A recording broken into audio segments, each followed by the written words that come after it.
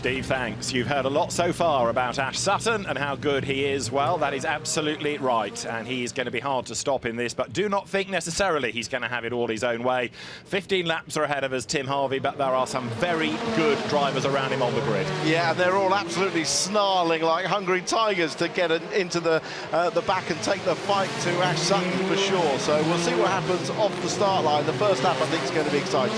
Absolutely right. Cars then blast away onto their green flag lap, not the start of the race, but a chance for them to get 1 lap's worth of warmth into the tyres for safety reasons, to get the pressures up. So we are ready to go racing, and one of those drivers looking forward to this race is Aaron Taylor-Smith, who had a good run yesterday, 8th on the grid. Let's hear the thoughts of Aaron before we go racing. Aaron, afternoon from 8th. This could be a pretty good race for you, couldn't it? Yeah, well, good afternoon as well, David. I think it's really good. We're in a solid place. I'm obviously very happy with this car, Stuart Parmax Astra. I feel like we've a bit of a crack at this. So going into it confident to see what we can achieve. One thing for sure, I'll put on a show. Quick word about cockpit temperatures. It's a hot day. It must be very hot in there. I feel like I sweat looking at my race suit. So as soon as I put this thing on, it is dripping off me. I always say it's like doing a spinning class in a sauna while wearing a ski outfit. So yeah, like the heat, the physicality of driving the car is fine, but the heat is the real one that you have to watch out for. So yeah, I'll have plenty of fluids when I get back in after this one. That's quite a thought as well. Quick word then finally, is this a race to bank points and keep out of trouble, or is it push, push, push? Look, I have nothing to lose. The people I'm around have a championship to contend for. I just want to do the best that I physically can for everyone that's here at trackside watching. So I'm going to go on the hunt, see where we can get to, and put on a show. Happy hunting. Talk to you later. Nah, appreciate it. Thank you.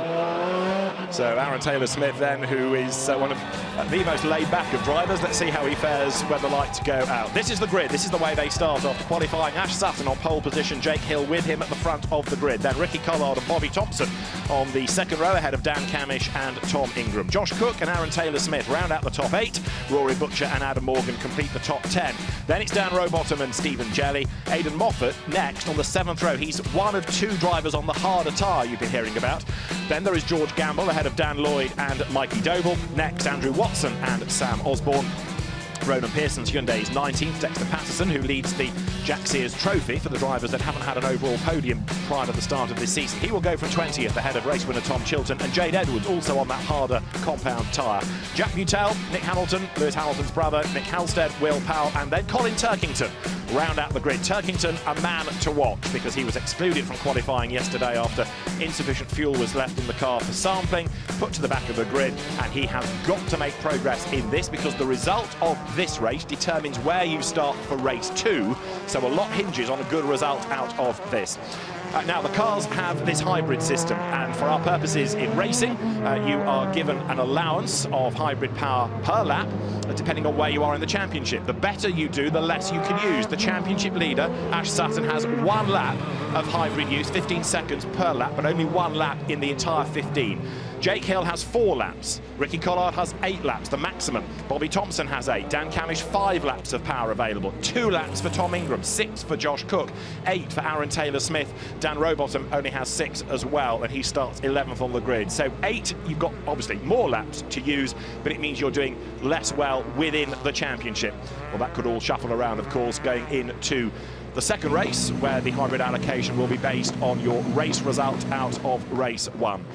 There's a lot to stay on top of in touring car racing, but equally, there's always lots of action. Oulton Park is a fantastic circuit. It's not the widest. It is undoubtedly one of the most picturesque. It's one that the drivers love as well. It is, and they've been going very quickly. Lap records, qualifying records were broken yesterday, and I expect to see lap records broken today. Green flag at the back. We're ready to go.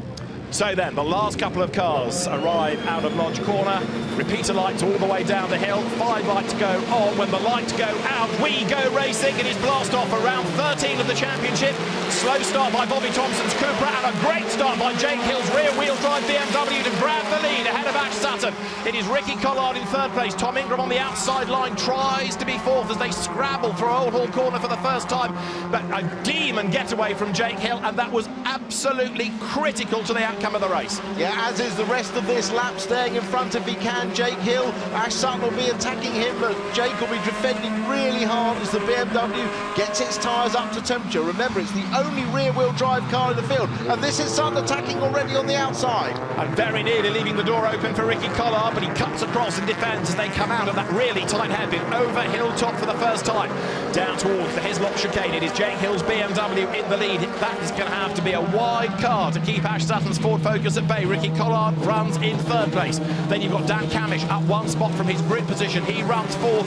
Hill leads the way, but look, Sutton corner by corner. He's looking more menacing. He is. He's trying to set him up for this next corner. The fast right-hander and Druids. If he gets a good exit here, he could look at the inside into lodge the final corner.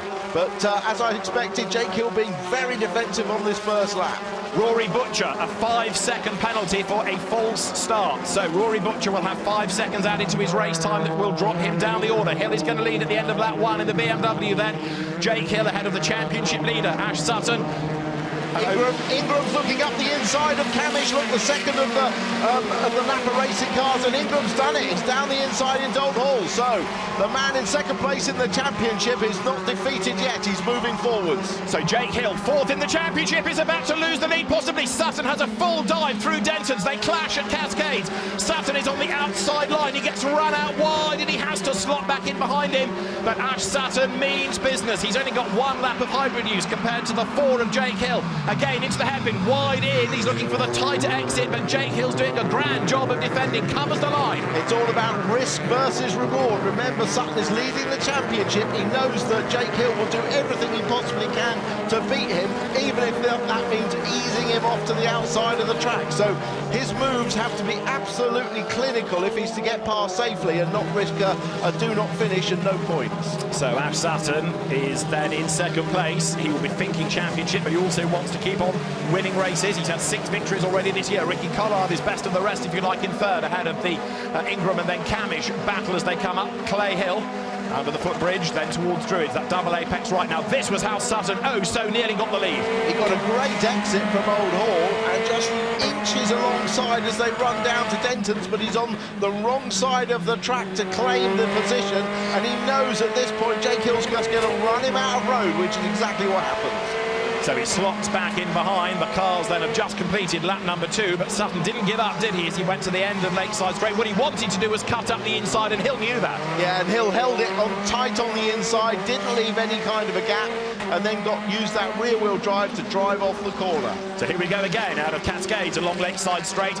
The Napa Racing UK team, for whom Ash Sutton drives, has 4 cars in this race, but 1 has just come into the pit lane. That of Sam Osborne is again to the inside line there, tries to dive Sutton, but he couldn't do it. Collard is staying with them third. Ingram runs 4th. Then it's Camish in 5th. Josh Cook 6th in the first of the One Motorsport with Starline Racing Honda Civics. Hill, to be fair, is doing a good job of defending. Yes, and he set the fastest lap of the race on the last lap, so his pace is very quick. No one else is lapping quicker. It does mean that he's not costing himself time by defending, and at the moment it looks like Sutton's initial challenge has just rescinded a little, and he's happy to go away with Hill, who's going very quickly, as you said. Right, so into Druids they turn then, and neither Hill nor Sutton have yet touched their hybrid allocation. They are leaving that late in the race. Were we to get a safety car period to clear an incident and everybody bunches up, that's when you want the extra power at the end. Yeah, I sort of feel like Sutton needs to try and surprise Jake Hill with his hybrid usage at some point. Maybe use it coming out of the Nick Brooks chicane up that long hill. That's where the benefit of the hybrid push, if you like, gives a bit more of a result. Great little battle going on lower down the order. We've not really touched on Turkington yet, but he's made good progress. Turkington has gained 10 places, started 27th. He's now in 17th, and he's on the tail of Aidan Moffat, who is on the harder tyre. So Turkington on the soft, that should be the quicker compound, and he's alongside of the BMW. Colin Turkington right round the outside into Cascades. Job done. Yeah, that's the penalty that you pay for running the hard tyre. Aidan Moffat slipping back, and you can see just how much later Turkington was able to break into that corner Cascades. He just sailed round the outside later on the brakes, and great progress by Turkington. You're right, David. So people saying, oh, it's hard to overtake. Nobody told Colin Turkington that. He's a man on a mission, trying not only to get a good result out of this race, but therefore a good grid position for race 2 that's coming up shortly after this opening race of the day at Oulton Park. And look, Turkington hasn't just caught and passed that traffic, he's getting away. Yeah, and I think that's because Aidan Moffat, who had his best result of the year at the last meeting, third in the last race at Thruxton, he's the roadblock, isn't he, for everyone behind. But his reward will come later if the weather remains dry and he can run the soft tyre, perhaps in race 3 when everybody else is on the hard. Now the race leaders are coming out of Dearly. Last time around, Ash Sutton did the fastest lap of the race. Jake Hill has now used a lap of his hybrid allocation, but he still leads by 0.7 of a second as now Ingram goes to the inside of Ricky Collard and he goes through. Tom Ingram, the reigning champion, number 1, goes into 3rd place, and now his pace to try to shake off the Toyota Corolla and catch the top 2 is going to be fascinating. Collard is under attack. Dan Camish in the blue and yellow Ford Focus, then the Honda, the grey and yellow car of Josh Cook, and at the back of that group, Bobby Thompson's Cupra. They're all queuing up behind Collard, but Ingram is trying to pull away. Yeah, Collard just didn't have the pace he hoped he would to go with the leaders, Hill and Sutton. He's dropped back, and it's Ingram that's made progress from his starting position. I think that gap now, though, between Ingram and Sutton for 2nd place, which is about 2.5 seconds, is maybe too much for him to bridge without a safety car closing them up. But certainly we've seen that Ingram has got good race pace. He never used to have a lot of luck at Oulton Park, Tom Ingram, until last year when he arrived and had 2 wins with the Hyundai. So he comes then up Clay Hill out of Knickerbrook, the corner named by Howard Wright after the great Gloucester Bates story of the naming of it before it became a motor racing circuit. And Tom Ingram comes out of Druids down towards Lodge, now getting away from Collard. And as Tim says, he's got to make up 2.5 seconds or so before he can think about the top 2. But there, Jake Hill, who did the fastest lap of the race last time around, has been able to extend the margin over Ash Sutton. Last time it was 7/10, now it's 9/10. And Jake Hill, who's yet to win this year, is looking very strong indeed as Bobby Thompson closes onto the back of Josh Cook there in the Honda. Yeah, this could be just the result that Jake Hill needs. BMWs have always been strong here at Oulton Park, but there have been some little persistent issues with Jake Hill's car. He had a new boost sensor after free practice 1, and that energised his weekend. He qualified just 2/10 behind Sutton, and he's got great pace. He still holds the fastest lap in this race, and they're now lapping about a second slower than that lap he did as the tyres lose their freshness. So he's going really well. This is out the back of Aaron Taylor-Smith's car. And that was Adam Morgan giving him a little kiss, and he's got his teammate Stephen Jelly, a winner here last year, right up alongside him. Great view as they come down towards his locks, and Stephen Jelly goes round the outside of his teammate Adam Morgan, and he goes through. The Leicestershire driver Stephen Jelly gains a place. He's into the top 10. You saw the light flashing in the rear window there, the rear 3/4 window. You see it again on Jelly's car going up the hill. That's the indication that the driver's using his hybrid boost, and they use it coming out of the hairpin and up that hill to just give it a few more miles an hour of momentum. And Jelly used it perfectly there to get past his teammate. He can use it to try to pass, to try to catch, to try to pull away from drivers. And so Jake Hill is getting away from Ash Sutton on pure pace, it seems, at the moment. The gap is now over 1 second between Jake Hill there, the leader, and Ash Sutton 2nd in the Ford. Ingram is 3rd, and he is 2.7 seconds back. That is Dan Camish versus Josh Cook. Camish in the Ford, Cook wide over the curb. You will hear during the course of the day lots about track limits, and going too wide at corners contravenes those regulations. George Gamble's Toyota Corolla is in the pit lane as out of Cascades his teammate Ricky Collard is trying to get away from the Camish-Cook-Thompson battle behind him. And whilst all the headlines this year have been about Ash Sutton and his incredible speed and his run of victories, it's reigning champion Tom Ingram, who's been racking up all those podiums, and he's doing it again here. He's only 14 points behind coming into this race, and in his 3rd place now, just 1 place behind Sutton again. He's not losing too many places or points. So looking back at Colin Turkington's car then, you're looking back from Tom Chilton's Hyundai. Turkington now 15th in the points, bearing in mind he started 27th, so it's been a really good run, hasn't it, so far? Terrific run, and he's not finished yet. There are more places to be gained. So Turkington making his way into Druids, inching up on the back of Tom Chilton, who won in the wet at Donington back at the start of the season. Currently, we are on lap 7 out of 15 here at Oulton Park. The race leaders are going over the line. This battle comes down towards Lodge Corner. Turkington goes to the inside line. There's a gap and there's a place, and he made that look easy. Well, I think Chiltern made it look easy for him. I think because he gave him a lot of room on the inside, and that's what a thinking driver does if he sees a much faster driver closing on him, as Turkington had done the last couple of laps. It's only going to hold him up to fight aggressively for that position. So there, look, you've got Aaron Taylor-Smith ahead of the Stephen Jelly, Adam Morgan battle. Taylor-Smith is in 9th place. Jelly and Morgan are teammates, but they both want to be the better placed of those two. Look, and they're still squabbling as they come down towards the Island Bend hairpin, but Taylor-Smith goes a little bit deep, does he? Morgan gets into the back of Jelly, that forces him out wide, and Adam Morgan then now tries to get the inside line down to Hidslocks, but no way through. No, and again, Jelly was on his hybrid, the light was flashing, using it at that point to defend that position, but they only have a maximum of 8 laps. They can use their hybrid, so it could get to the end of, and he could find that Morgan has more hybrid use left at the end of the last racing laps. We're getting more and more drivers being warned about track limits by the look of it, and a replay here of more squabbles going into the hairpin as Ronan Pearson goes round the outside of Aidan Moffat. The two Scottish drivers squabbling, but it's Pearson that comes off worse, scrabbles his way back onto the circuit, but loses a load of places. Yes, the new rallycross circuit being developed by Ronan Pearson here at Oulton Park, using the grass areas as well. Out of Old Hall Corner then comes the Ford, as there, looking back from Aaron Taylor-Smith's Vauxhall, the BMWs are still at it, they're still side by side, and Morgan's gone back through on the inside line. Number 33 is Adam Morgan, number 12 is Stephen Jelly, and Morgan, the Lancashire driver, through on the inside line, gains the place, gains it back from Stephen Jelly. Yeah, great racing between these two stalwarts of the championship.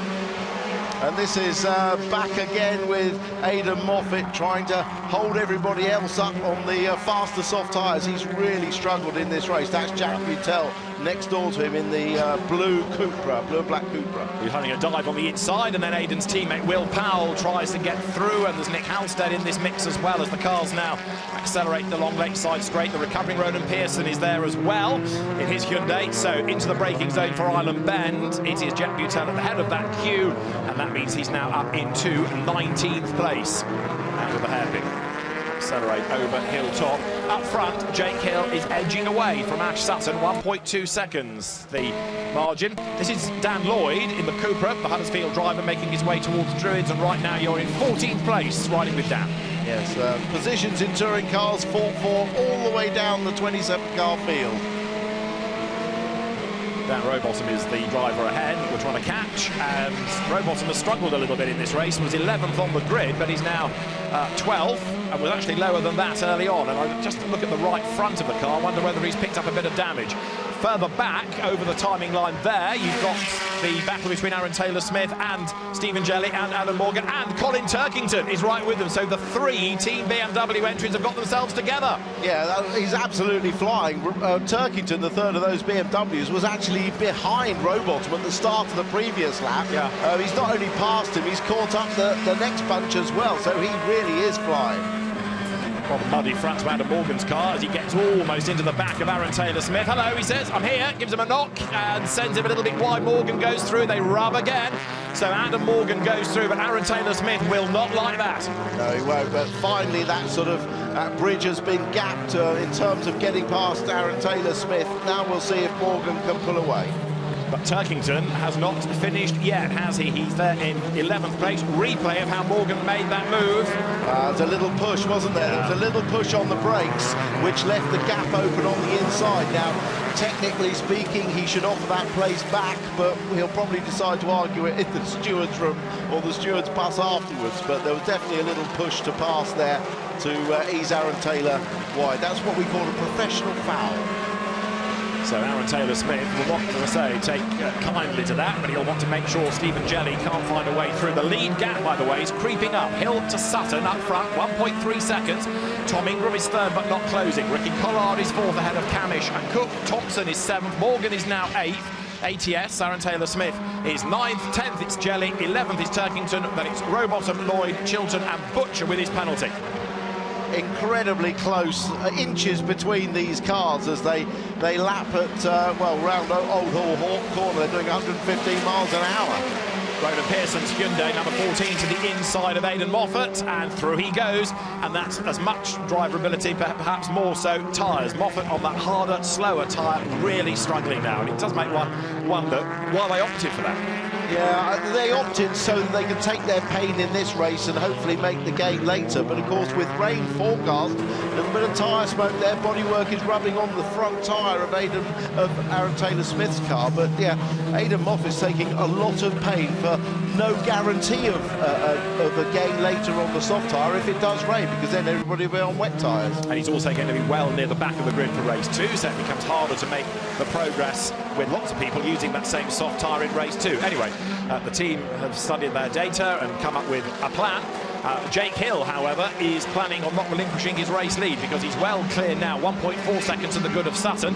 Taylor-Smith keeping Jelly, and then behind Turkington at bay. But they're being caught, aren't they now, by Rowbottom, who is bringing Lloyd with him. So Aaron Taylor-Smith, dare one say, is the cork in the bottle, and he's got a whole gaggle of cars queued up behind him. Jelly is going to be the first driver to try to make a move, but Turkington is making a move against him. Look, they're side by side at a hall, they touch, the teammates clash, but Turkington is out wide, but he's gone round the outside to gain the place. Fantastic stuff, and he's into the top 10. Yeah, just to give a measure, I mean, Aaron Taylor-Smith has been holding this group up because Morgan, who got past a couple of laps ago, is at 2 seconds up the road. This is a replay of the pass round the outside. Jelly tries to really hold it. There's a little rub of wheels, nothing too serious, but Turkington is through, and he now needs to make an aggressive pass. And he's done it. He straight away. That's the way to do it. Pounce quickly on your opposition, and now he's through on Aaron Taylor-Smith. Multiple champion Colin Turkington then now is up into 9th from 27th on the grid. Can't overtake at Oulton Park, hard to pass at Oulton Park, yeah, you reckon? So Turkington up another place, and this is how he did it. Yeah, and at that time we saw Aaron Taylor-Smith ran wide himself on the brakes. There was no contact whatsoever, but four-time champion Turkington wasted no second minutes taking the opportunity to pass on the inside. Great drive, though, this by Jake Hill. He is getting away from Ash Sutton. He has still got 2 laps of his hybrid use available to him. Ash has not yet touched his, so on pure pace, that BMW looks really, really good. Yeah, it does, and so too Ingram. I mean, Ingram has closed that gap fractionally. He's still lapping slightly quicker than Sutton. This does bode well for the remaining races. If he hadn't been held up a bit at the start or qualified further back, I think Ingram would have been right in this fight at the front. Yeah, as you say, he's chipping away, but he's going to run out of laps. Interesting, though, is to see why the Ash Sutton Ford has fallen away. He's been saying how good it is, how he's been running on rails. We saw how quick it was yesterday. He had that early push to try to get the lead. Now, is he settling for second place, or can he genuinely not match the pace of the BMW? Yeah, or was a little bit of that tiny bit of contact that he had earlier in the race as it knocked the tracking out. A little bit of a knock could move the wheel alignment, and maybe he's lost a little bit of performance that way. Who knows? But he certainly hasn't dominated this race, even though he will retain and extend his championship lead as a result of this race. Yeah, the man that's second in the championship is Tom Ingram. He is behind him, so again, Sutton is outscoring him. Battle on here with Aidan Moffat squabbling with the Cooper of Nick Hamilton, and they are 22nd and 23rd. Replay here of Jelly making his move on Taylor-Smith, and again it's down at the hairpin, which is your best place to pass. Yeah, it looks like they're struggling. Aaron Taylor-Smith is now struggling to stop that car, isn't he? This is very hard on brakes, this circuit, and particularly into that island hairpin, which is a dead stop down to first or second gear. There's a choice of brake pads these drivers can use. A couple of brake pads, one is slightly softer but wears quicker, the other is harder but wears less, but certainly Aaron Taylor-Smith struggling to stop the car now. Now this is Tom Chilton, who started 22nd on the grid, and he is making progress all the time. So Chilton is now up into 14th place, and Rory Butcher 15th on the corrected times, because he's got this penalty for a false start. So what's happening on the track isn't necessarily reflected in the actual positions because of this penalty, as Chilton closes yet again on the traffic. That's Dan Lloyd ahead of him as they turn through the hairpin. Yeah, on board with Chilton coming out. This is the place to use the hybrid a little bit, just for a couple of seconds maybe to accelerate the car up that hill, and then the next place to use it will be on the exit of this final chicane, up Clay Hill. And there is one more lap to go at the end of this. So Tom Chilton, winner in the West at Donington in round 2 of the championship, comes out of Knickerbrook, climbs the hill, out of the footbridge, and as they head to Druids, the leaders are about to start that last lap. Such is their pace. There is Jake Hill then, the BMW, operated by Mark Blundell's MB Motorsport team through WSR, the Laser Tools Racing with MB Motorsport entry. And Jake Hill looking as though he's on target for win number 7. Behind him is Ash Sutton, then Tom Ingram. And as the cars round Old Hall Corner and head down towards Cascades, 1.2 seconds starting the last lap is the margin. It's come down a bit, and that's Aaron Taylor-Smith, by the look of it, off the road, and that's at Druids, and I wonder whether that is brakes. Yeah, could well be brakes. Or, that's a huge shunt, so I do think that could be brakes. I mentioned it just now on his car, but for him to go off there, something bad's happened. Dan Rowbottom is coming into the pit lane as well with lots of damage, front and rear. So Rowbottom has been involved in that as well somehow. We'll try and piece it all together. There is Rowbottom, who's got a tyre off the rim. Certainly Aaron Taylor-Smith is OK, that's the good news, but yeah, that's quite a fast corner. We'll come back to that because the race leader, Jake Hill, is on his last lap. He's approaching the incident zone where there'll be the waved yellow flag to say slow down, no overtaking. Well, nobody is close enough to even think about overtaking the driver from Kent, because Jake Hill has done a really impressive job in this race. Ash Sutton gave it his all early on, but to no avail. Down towards Lodge Corner they come, and so round 13 of the Quick Fix British Touring Car Championship is going to be won by BMW. It is going to be won by Jake Hill. Checkered flag for Jake Hill at Oulton Park. He wins from Ash Sutton. Tom Ingram takes third, and 1.8 seconds the margin as they came across the line. Great drive by Jake Hill. Absolutely supreme drive. He controlled that race, did everything perfectly. Perfect start, fastest lap of the race, defended when he had to, pulled out the gap. I think Oulton Park owes him a win, doesn't he? Because he had his first ever win here in the Audi a few years ago, which was taken away from him. He certainly deserved that one. And good sensible drive by Sutton, and a closing in Ingram. Only half a second behind at the final flag. Didn't put a wheel wrong, did he, Jake Hill? In the end, it was Ricky Collard 4th and Dan Camish 5th, Josh Cook 6th ahead of Bobby Thompson, Adam Morgan, Colin Turkington 9th from 27th. That is some drive. Stephen Jelly 10th, but there is the man of the moment. Jake Hill dominates race 1 at Oulton Park. And as he celebrates, a wave to the volunteer marshals around the circuit, gets some much-needed air inside the car as well. He'll have been cool with the adrenaline to a degree over the last 15 laps. Now he'll realise just how hot it is. Now, Aaron Taylor-Smith is OK. That's the good news.